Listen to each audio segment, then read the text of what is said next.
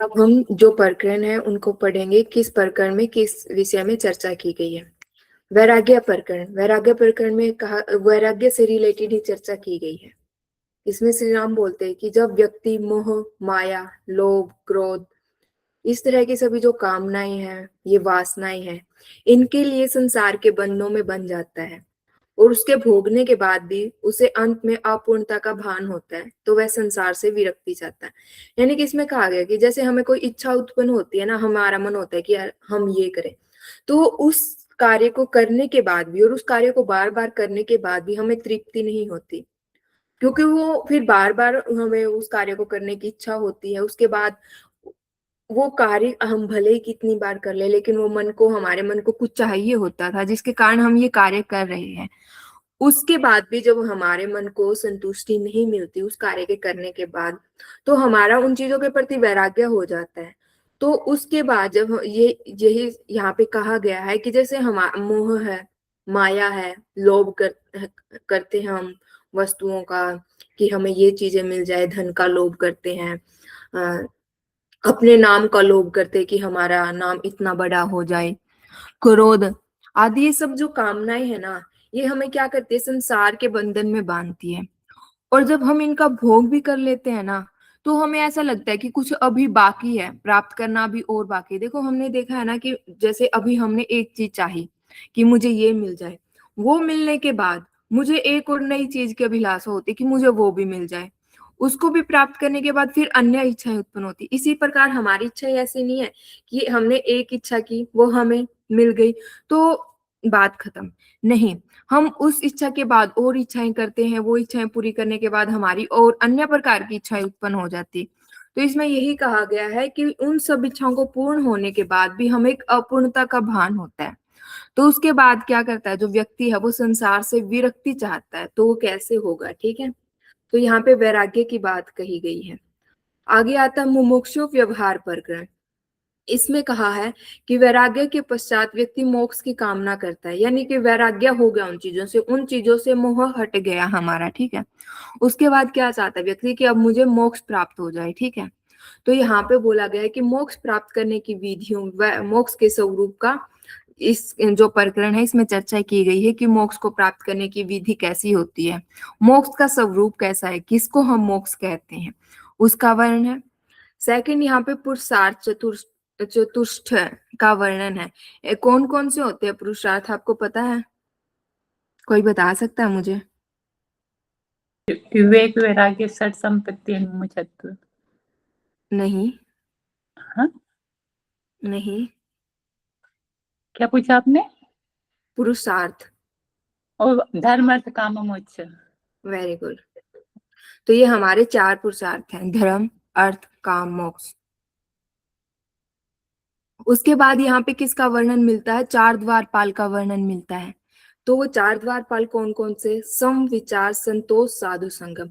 आपसे वहां पे इसकी सीरीज पूछ ली जाएगी, या फिर ये अलग अलग जगह पे आपको पूछ लिया जाएगा कौन कौन से। यहाँ पे इनसे रिलेटेड ही वर्ड आपको दे दिए जाएंगे, तो आपको पूरी तरह से पता होना चाहिए कि वहां पे किस शब्द का इस्तेमाल किया गया, ठीक है। तो यहाँ पे क्या है? सम, विचार, संतोष और साधु, संगम। तो मुमुक्ष व्यवहार प्रकरण में क्या है? मोक्ष का जो विधि हो क्या है, उसका स्वरूप क्या है, इसकी चर्चा है।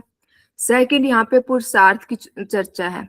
उसके बाद थर्ड यहाँ पे 4 प्रकार के जो द्वारपाल हैं उनका वर्णन किया गया है। 4 प्रकार के द्वारपाल कौन कौन से होते हैं? सम, विचार, संतोष, साधु, संगम। मैम मैम मैम मैम ये जो हाँ चार हाँ। आपने ये चारों आपने द्वारपाल बताए हैं किसके हैं? जैसे मैम पुरुष के बताए हैं ना। नहीं नहीं, ये पुरुषार्थ चतुर्थय अलग होता है। अच्छा ये मैम। यहाँ पे 4 द्वारपाल है, और वो द्वारपाल कौन कौन से हैं उनके नाम है सम, विचार, संतोष और साधु संग। इनका हम आगे पढ़ेंगे डिटेल में, ठीक है। अब यहाँ पे आता थर्ड, उत्पत्ति प्रकरण। तो उत्पत्ति प्रकरण में क्या है कि मोक्ष की प्राप्ति के लिए माध्यम रूप में संसार की आवश्यकता होती है। यानी कि अगर हम ये बोलते कि एक क्वेश्चन आता है कि अगर हमें संसार से मोक्ष ही चाहिए होता है, उससे हमें मुक्ति ही चाहिए होता है, तो फिर संसार की आवश्यकता ही क्या पड़ी, संसार पैदा ही क्यों, या उसकी उत्पत्ति कैसी हुई। तो इसमें कहा गया है कि जो मोक्ष की प्राप्ति के लिए जो माध्यम बनता है ना, हमारा एक जरिया बनता है, वो संसार ही है।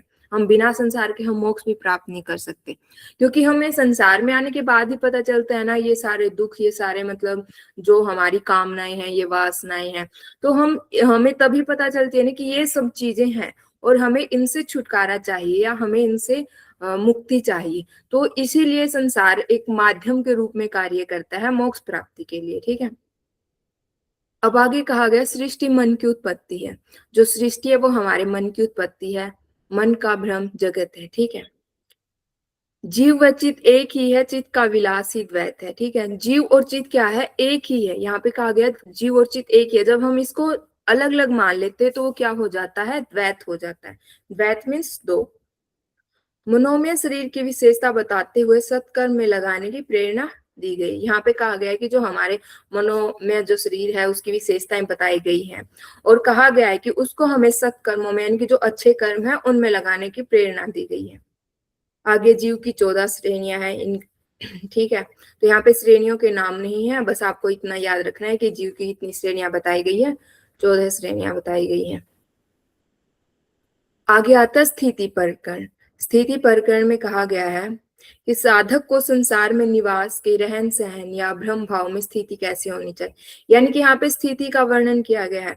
जो साधक यानी कि जो मोक्ष की कामना रखने वाला है व्यक्ति, वो संसार में कैसे रहे, उसका रहन सहन कैसा होगा, उसका भाव कैसा होगा, ठीक है, उसकी स्थिति कैसी होगी, ये सब बताया गया, ठीक है। इस अध्ययन में जागृत परपंच को एक प्रतीति कहा गया है जिसका आधार मन और कर्म है, ठीक है। तो यहाँ पे क्या है, यहाँ पे जो स्थितियां बताई गई, तो स्थितियां किसके, जो साधक की। देखो साधक ऐसा तो नहीं कि अभी हमने मोक्ष की इच्छा की, ठीक है, और वो मुझे मुक्ति मिल गई, तो यहाँ पे हमें मोक्ष का नहीं पता, हम सोचते कि मरने के बाद मोक्ष मिलेगा, ठीक है। तो वो सबकी अपनी अपनी विचारधारा है, लेकिन उस समय पे जब हम मोक्ष की इच्छा कर रहे हैं, हम चाह रहे हैं कि हमें मोक्ष की प्राप्ति हो या फिर हमें निर्वाण हो, तो उस समय जो हमारी है, हमारा रहन सहन कैसा होगा, हमारे भाव कैसे होंगे, हमारी मन की दशा कैसी होगी, हमारी स्थितियां कैसी होगी, उस सब का वर्णन यहाँ पे स्थिति प्रकरण में किया गया, ठीक है। जीव की 3 अवस्थाएं बताई गई है। कौन कौन सी अवस्थाएं होती, बाकी सब जगह पे हम जीव की कितनी अवस्थाएं पढ़ते हैं? मैम वो तो 4 होती है मैम, जागृत, स्वप्न, सुषुप्ति और तुरिया। हाँ, यहाँ पे जीव की 3 अवस्थाएं बताई गई है, जागृत, स्वप्न, सुषुप्ति, ठीक है। उसके बाद है ज्ञानी और अज्ञानी का अंतर बताया गया कि ज्ञानी और अज्ञानी के बीच में जो मेन अंतर है वो क्या है। एक अकर्तापन में, दूसरा कर्तव्य भावना से संचालित जीवन जीता, यानी कि एक अकर्तापन में जो ज्ञानी होता है वो ये नहीं कहता, अगर उसने कोई काम किया तो ये नहीं कहता किसका कर्ता मैं हूँ। जैसे हमें होता है ना कि हमने कोई काम कर दिया तो हम पूरी तरह से हम मतलब सबको सुनाएंगे कि मैंने ये काम किया, ये काम मैंने किया। तो जो ज्ञानी होता है वो कर्ता भाव नहीं रखता, वो सिर्फ अपने काम को करता जाता है निष्काम भाव से, उसकी उसके प्रति कोई इच्छा नहीं होती, वो सिर्फ कर्तव्य भाव से उसको करता जाता है, यानी कि वो अपने आप को कर्ता नहीं मानता उस कार्य को, वो मानता है कि वो ईश्वर की इच्छा थी, वही मुझसे करवा रहे हैं कार्य। जो अज्ञानी होता है उसका भाव ये रहता है कि ये कार्य मैंने किया, भले ही 2 लोगों ने सेम कार्य किया हो, लेकिन जो ज्ञानी का भाव होता है वो ऐसा होता है कि हाँ ये ईश्वर की इच्छा थी तो मेरे हाथों ये काम हो गया। अज्ञानी एक अहंकार में आ जाता है कि हाँ ये काम मैंने किया, अगर कोई बहुत बड़ा काम कर देता, बहुत अच्छा कर देता है, उसके मन में भी एक अहंकार आ जाता है कि हाँ मैंने ये किया है, मैंने इतना दान दिया है, या मैंने इस तरह का ये व्यवस्थाएं की है। तो यही इन दोनों के बीच का डिफरेंस होता है। आगे आता है उपशमन प्रकरण। उपशमन प्रकरण मतलब एक तरह से निवारण, उपशमन का मतलब एक तरह से निवारण हो सकता है या उसको शांत करना ही हो सकता है, ठीक है, उपाय भी बोल सकते हैं। तो उपशमन का अर्थ ये होता है। अब है इस प्रकरण में बताया गया कि संसार में जो भी समस्याएं हैं उनकी समाप्ति कैसे हो, इनकी जो भी समस्याएं हैं उनको समाप्त कैसे किया जा सकता है। किसी का माइक कौन है?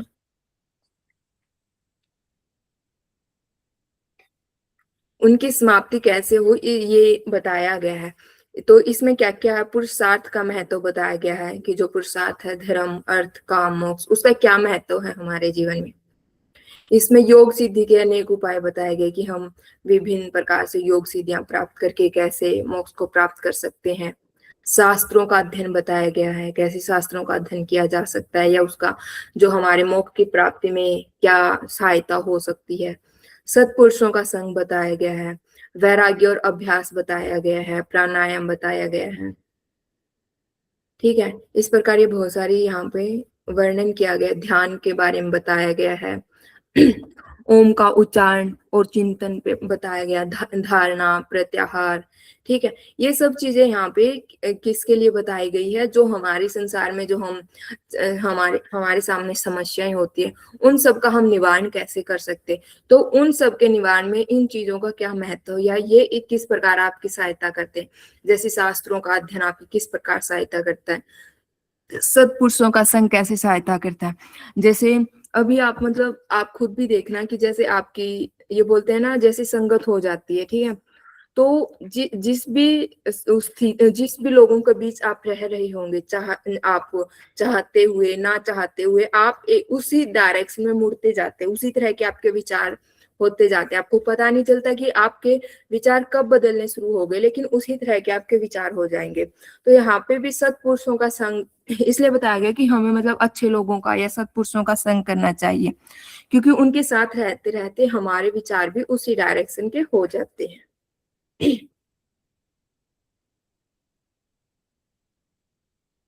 अब यहाँ पे मेन आता है, एक मैंने ऊपर आपको बताया था कि वहां से सीरीज पूछी जाएंगी प्रकरण की, ये कौन सा प्रकरण कितने नंबर पे है, या फिर उनको नाम दे दिए जाएंगे, सीरीज में लगाना। यहाँ पे है निर्वाण प्रकरण पूर्वार्ध में क्या मिलती है आपको, जीव की 7 भूमियां मिलती है। योगी योग के जीव की 7 भूमियों का वर्णन है, कहाँ पे मिलता है, निर्वाण प्रकरण में। ठीक है, अब ये 7 भूमियां आपसे सीरीज में लगानी पूछ ली जाएंगी। ये मोस्टली बार यहाँ से ये क्वेश्चन आ चुका है कि इनको सीरीज में लगाए, या फिर कोई नाम दे के आपसे पूछ लिया जाएगा ये कौन से नंबर कौन सी भूमिका है। ठीक है, तो आपको ये पता होना चाहिए कौन कौन सी है, श्रवण, मनन, निधिध्यासन, विलापनी, सुषुप्त रूप, ठीक है, भ्रम रूप, तुर्यागा। तो ये 7 अवस्थाएं हैं, तो आपको ये 7 के नाम सीरीज में याद होने चाहिए। ठीक है, अब निधि ध्यासन से यहाँ से जो ये हम अवस्थाएं पढ़ते हैं ना, जीव की जागृत, स्वप्न, सुषुप्त, तुर्या, और यहाँ पे एक और दी गई है तुर्यातीत। तो निधि ध्यासन से ये सारी अवस्थाएं शुरू होती हैं। तो आगे निर्वाण प्रकरण पूर्वार्ध, चित्त के विनाश का निरूपण। निर्वाण प्रकरण पूर्वार्ध में और किन किन चीजों का वर्णन मिलता है वो यहाँ पे बताया गया है। चित्त का विनाश का निरूपण। ठीक है, श्री वशिष्ठ द्वारा श्री राम की महिमा का वर्णन। यहाँ पे श्री वशिष्ठ जब राम अपने विचारों को रखते हैं, अपनी समस्याओं को रखते हैं, तो श्री वशिष्ठ यहाँ पे जो राम की महिमाएं हैं या फिर उनकी मतलब उस प्रकार के प्रश्न पूछने की प्रशंसा करते हैं, उनके विचारों की प्रशंसा करते हैं। ठीक है, श्री रामचंद्र का स्वयं द्वारा आंतरिक शांति व उष्णता का अनुभव करना है, यानी कि श्री राम खुद से ही जो अपने अंदर गहरी शांति का अनुभव करते हैं। ठीक है, विद्या और अविद्या का वर्णन यहाँ पे मिलता है। और एक जो परिभाषा हमने ऊपर पढ़ी थी, संसार सागर से पार होने की स्थिति ही योग है, ये सब यहाँ पे निर्वाण प्रकरण में इन सब की चर्चा की गई है। ठीक है, उसके बाद है प्राण अपान की गति को तत्व से जानना मुक्ति कहलाता है। तो यहाँ पे प्राण अपान की बात कही गई है। ठीक है, संकल्प त्याग से द्वैत भाव की निवृत्ति और परम पद की प्राप्ति का यहाँ पे वर्णन किया गया। ठीक है, सांख्य व अष्टांग योग के द्वारा परम पद की प्राप्ति, यानी कि परम पद को हम कैसे प्राप्त कर सकते हैं उसका वर्णन है कि हम सांख्य या अष्टांग योग के द्वारा भी उसको प्राप्त कर सकते हैं। चित्त को शांत करने के साधन बताए गए हैं, कौन कौन से हैं, परमात्मा का यथार्थ ज्ञान होना और प्राण निरोध रूप योग। ठीक है, तो चित्त को शांत करने के यहाँ पे 2 साधन बताए गए हैं। एक तो ये कि हमें परमात्मा का जो सही स्वरूप है उसके बारे में सही ज्ञान होना। ठीक है, दूसरा है प्राण निरोध।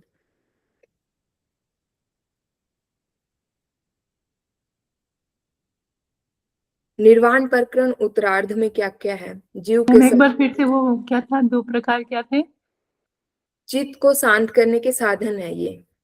चित्त कैसे शांत किया जा सकता है, वो 2 प्रकार से शांत किया जा सकता है। एक तो जब हमें परमात्मा का जो यथार्थ स्वरूप है ना उसका ज्ञान होता है, दूसरा प्राण निरोध के द्वारा, यानी कि प्राणायाम के द्वारा जब हमें अपने प्राणों पर नियंत्रण हो जाता है। ठीक है, ओके। निर्वाण प्रकरण उत्तरार्ध, जीव के स्वरूप का, उसका स्वभाव, विराट पुरुष का वर्णन किया गया। यहाँ बताया गया कि जीव का स्वरूप कैसा है, उसका स्वभाव कैसा है, विराट पुरुष कैसा है, उन सब का वर्णन है। ठीक है। संसार के 4 बीज बताए गए हैं कि संसार के जो मतलब होने के क्या क्या कारण हो सकते हैं, उनके बीज क्या क्या है। तो यहाँ पे आपको ये भी सीरीज में याद होना चाहिए। संवेदन, भावना, वासना, कल्पना, ये संसार के 4 बीज हैं। कौन कौन से हैं? संवेदन, भावना, वासना, कल्पना। परमात्मा के तत्व ज्ञान से ही इन बीजों के विनाश पूर्वक मोक्ष का प्रतिपादन किया जा सकता है। यानी कि यहाँ पे कहा गया है कि जो ये बीज है संसार के, तो उसका जब हम परमात्मा का हमें ज्ञान हो जाता है, तो उन्हीं के द्वारा इनको मतलब पूरी तरह से हम इसका विनाश करके उसके बाद ही हम मोक्ष को प्राप्त कर सकते हैं। अब यहाँ पे आता है कि योग वशिष्ठ में वर्णित योग की पद्धति। योग वास्तव में क्या है? तुर्यावस्था है। तुर्यावस्था का अर्थ क्या है? यहाँ पे तुर्य का अर्थ है समाधि या समाधि की शुरुआत होना। तो देखो योग वास्तव में क्या बताया गया यहाँ पे? तुर्यावस्था बताया गया। अब तुर्य अवस्था क्या होती है? यहाँ पे उस तुर्यावस्था का अर्थ बताया गया कि या तो समाधि होना या समाधि होने की शुरुआत होना। ठीक है। तुर्यावस्था को प्राप्त करने की पद्धति है। तो यहाँ पे आपको ये तीनों याद होनी चाहिए। ठीक है। तो आपसे पूछ लिया जाएगा तुर्यावस्था को प्राप्त करने की पद्धतियां कौन कौन सी है। तो कौन कौन सी है? एक तत्व की दृढ़ भावना, मनोलय और प्राण निरोध। कौन कौन सी है? एक तत्व की दृढ़ भावना, सेकंड है मनोलय, तीसरा है प्राण निरोध। यानी कि पहली हो गई कि एक ही तत्व के प्रति हम दृढ़ भावना रखें, एक उसको लेके चले।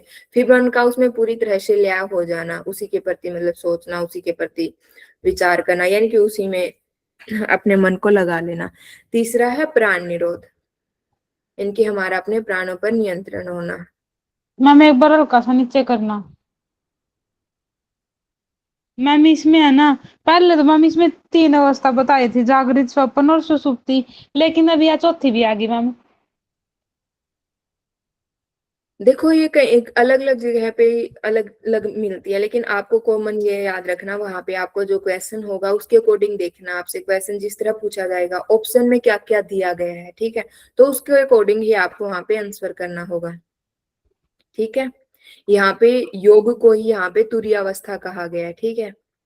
यानी मैम योग का दूसरा नाम बताया है इसमें, तुर्यावस्था। हाँ, एक तरह से ये कह सकते हैं। ठीक ठीक है। है मैम। तो यहाँ पे तुर्यावस्था को प्राप्त करने की कितनी पद्धतियां हैं? 3 पद्धतियां हैं।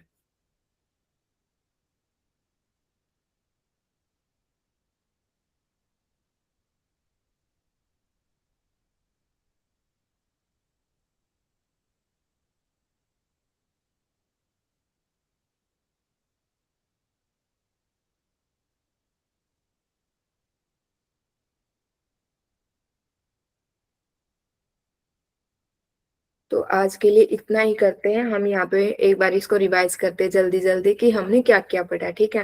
वैराग्य प्रकरण में हमने क्या पढ़ा? वैराग्य के बारे में पढ़ा। ये हमें हमारी जो वासनाएं हैं, जो हमारी कामनाएं हैं, उनको भोगने के बाद भी हमें क्या होता है? एक कमी महसूस होती है। ठीक है, कि हमें कुछ और चाहिए। तो इस तरह से उस बार बार ऐसा ही होने से इंसान को क्या हो जाता है कि संसार के प्रति एक विरक्ति भाव आने लग जाता है कि अभी हमें ये नहीं चाहिए। जो वास्तव में जो चीज हमें मतलब शांत कर सकती है, जो हमें पूर्णता दे सकती है, वो चाहिए। तो वो मोक्ष की ओर जाने लग जाता है। ठीक है। ये सब श्री राम जी के विचार हैं। उसके बाद वहां पे मुमुक्ष व्यवहार प्रकरण में हमने पढ़ा कि व्यक्ति जैसे संसार से विरक्त होना चाहता है, वो मोक्ष की कामनाएं करता है, तो मुमुक्ष व्यवहार प्रकरण में हम पढ़ेंगे कि मोक्ष का स्वरूप कैसा है, उसको प्राप्त करने की विधियां क्या क्या है। उसके सिवा हम क्या क्या पढ़ते हैं? इसमें पुरुषार्थ चतुष्टय का वर्णन किया गया है। उसके बाद 4 द्वारपालों का वर्णन किया गया है। 4 द्वारपाल कौन कौन से हैं? सम, विचार, संतोष एंड साधु संगम। वेरी गुड, साधु संगम। उसके बाद है उत्पत्ति प्रकरण। उत्पत्ति प्रकरण में कि जो उत्पत्ति हुई है संसार की, उसकी आवश्यकता ही क्यों हुई, संसार की आवश्यकता ही क्यों हुई। तो उसमें बताया गया है कि जो संसार है, जब हमें मोक्ष चाहिए होता है तो संसार उसमें एक माध्यम के रूप में कार्य करता है, क्योंकि उसी संसार से होकर ही हम मोक्ष की कामनाएं करते हैं, ठीक है। तो इसीलिए मोक्ष प्राप्ति के लिए संसार की होना जरूरी है, ठीक है। उसके बाद उसमें जीव की 14 श्रेणियां बताई गई है। उसके बाद है स्थिति प्रकरण। स्थिति प्रकरण यानी कि जो साधक है, जो मोक्ष की इच्छा रखता है, उसकी मन की भावना कैसी होनी चाहिए, उसकी दशा कैसी होनी चाहिए, उसका रहन सहन कैसा होना चाहिए, उसका भ्रम भाव में उसकी जैसी स्थिति कैसी होनी चाहिए, ठीक है। ये सब बताया गया।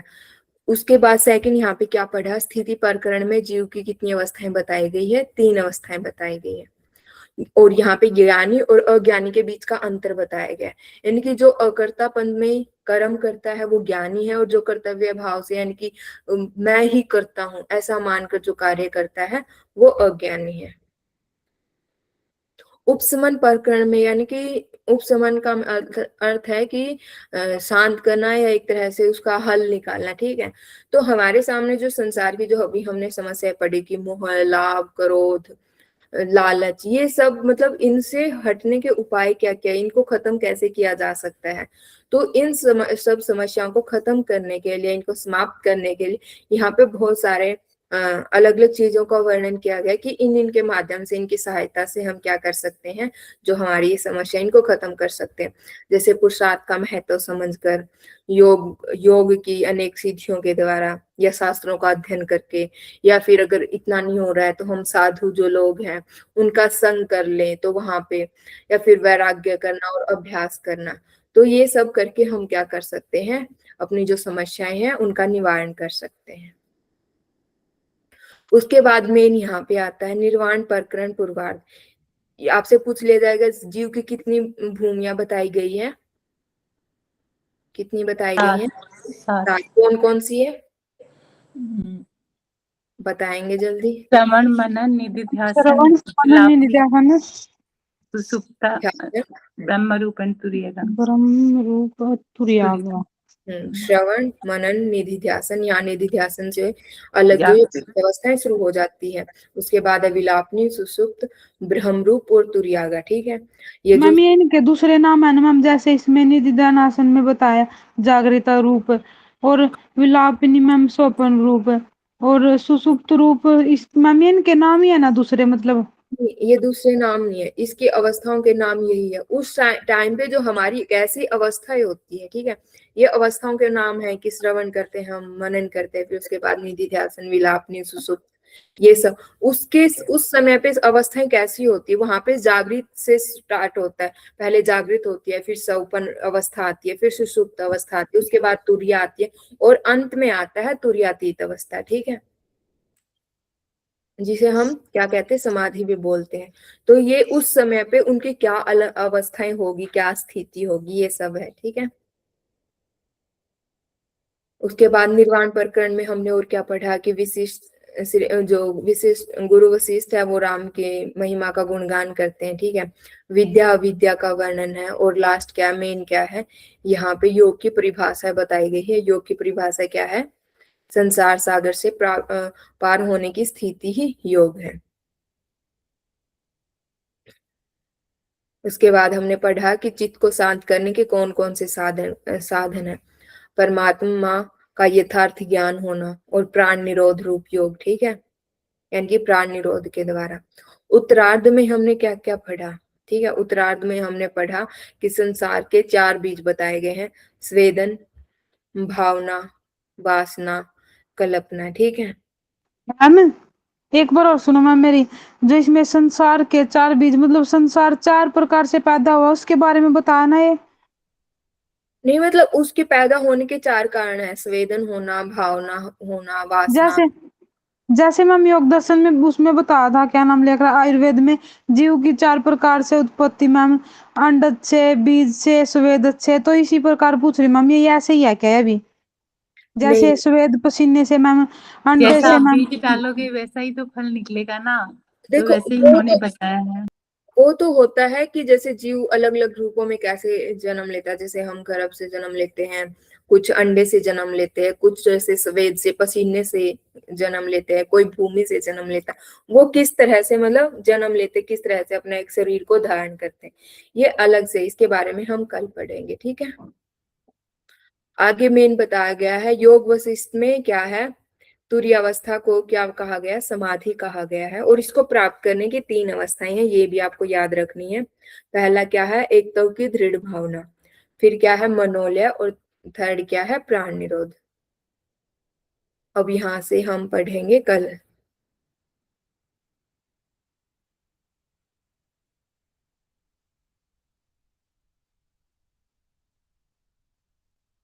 किसी को कोई डाउट है तो आप पूछ सकते हो।